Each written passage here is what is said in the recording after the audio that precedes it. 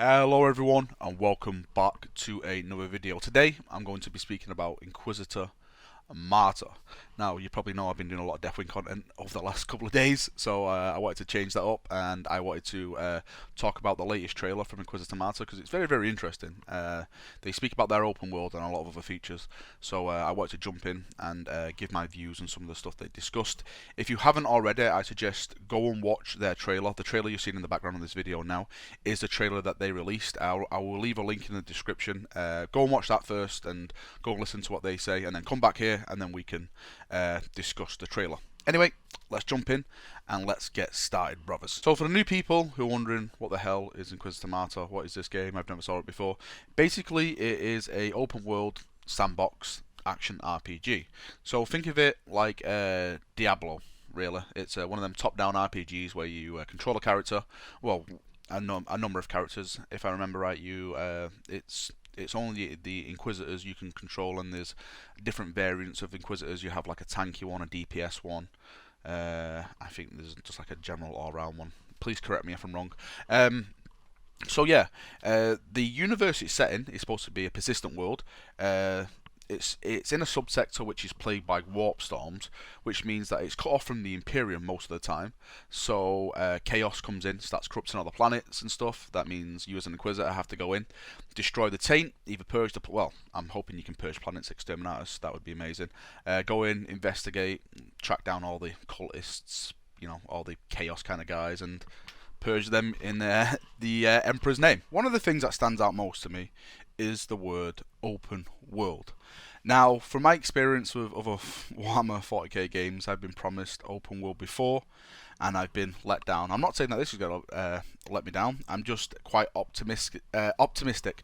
To be completely honest, I didn't really expect an open world feature in this game. I thought it was just going to be, you know, a top-down RPG. You go in, you have a number of missions, and that's it. It's over.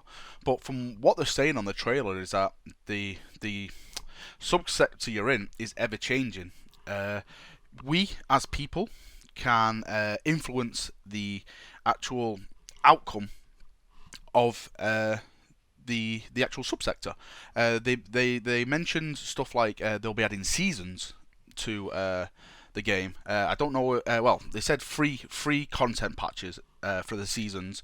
That means there's going to be new enemies, conflicts, investigations, and on top of that, which was, again, this is completely, you know, it's something that came out of nowhere and blindsided me, is you're going to have like groups, or like what they call cabal administrations, which you and your friends, it's basically guilds. You and your friends can form guilds, and then you can influence stuff that goes on within the game. You can actually fight with other cabals in the game. I don't know how that's going to work, like on the map and stuff. Can you have like a ton of Inquisitors on like one map smashing each other and stuff?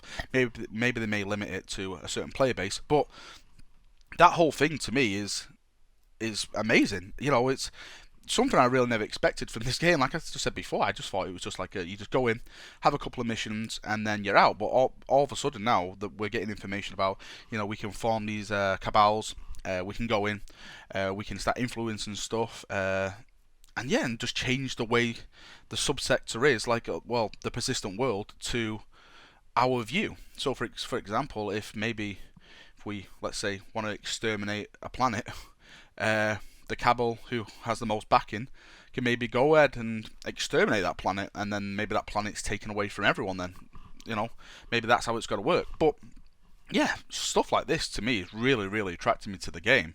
The visuals itself, I don't know if you guys are watching the trailer in the background, just listen to this in the background, but the actual look of the game is very nice as well. I don't know if I've already mentioned that I'm not really a big fan of these top-down RPG games. Well, I'm not a fan because I'm very bad at them. That's probably the purpose why I don't really play that much. I'm not a fan. I'm very bad at the click to move kind of games. I'm really not the best guy. But for this, I'm just gonna jump in feet first and just get in the deep end because it looks visually beautiful. Content-wise, we've already mentioned, the huge subsector. They're saying there's 50 plus different mission types. 50 plus different mission types. That's not like 50 different plus levels. This is 50 different plus missions which you can do. Which again, that is a huge amount. And when you put that with the random generated content which they're promising, where basically you start a mission, and then from that mission you can do the same mission on another planet, but that same mission won't be the same because they're basically doing the maps where they're like tiles. So if you think of like a D&D game where you can put like blocks together and stuff and like form dungeons, that's how this game's going to work, but in a 3D format where they just randomly generate the maps and stuff, so each map is different.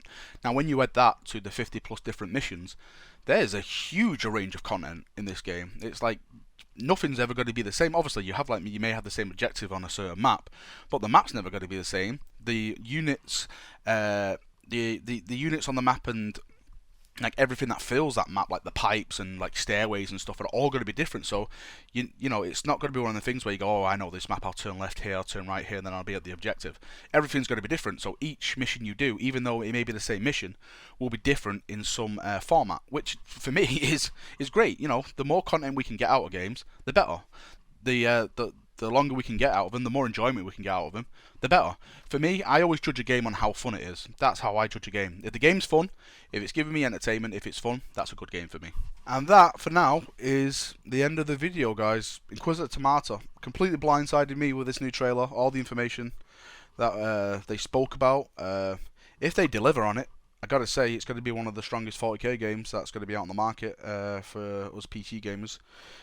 With all the content they promise, the Cabal systems, the season passes, content patches, you know, all the mission types, the random generated maps, you know, the actual subsector, the open world. If they deliver on it, I've got to say, it's going to be a very impressive game. But it's all down if they deliver.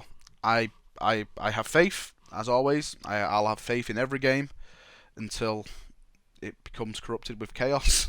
So I have my faith, and let's just see how it goes. You know, I haven't really been following the game that much, but from what I'm seeing from it, it looks like it's going to be really, really good. So yeah, I think I'm going to take a lot more a closer look at this game and follow it a lot more after this trailer. Anyway, thanks for watching, chaps. It's been fun. It's been emotional. Enjoy the rest of the weekend, and I'll see you all soon. Bye bye now.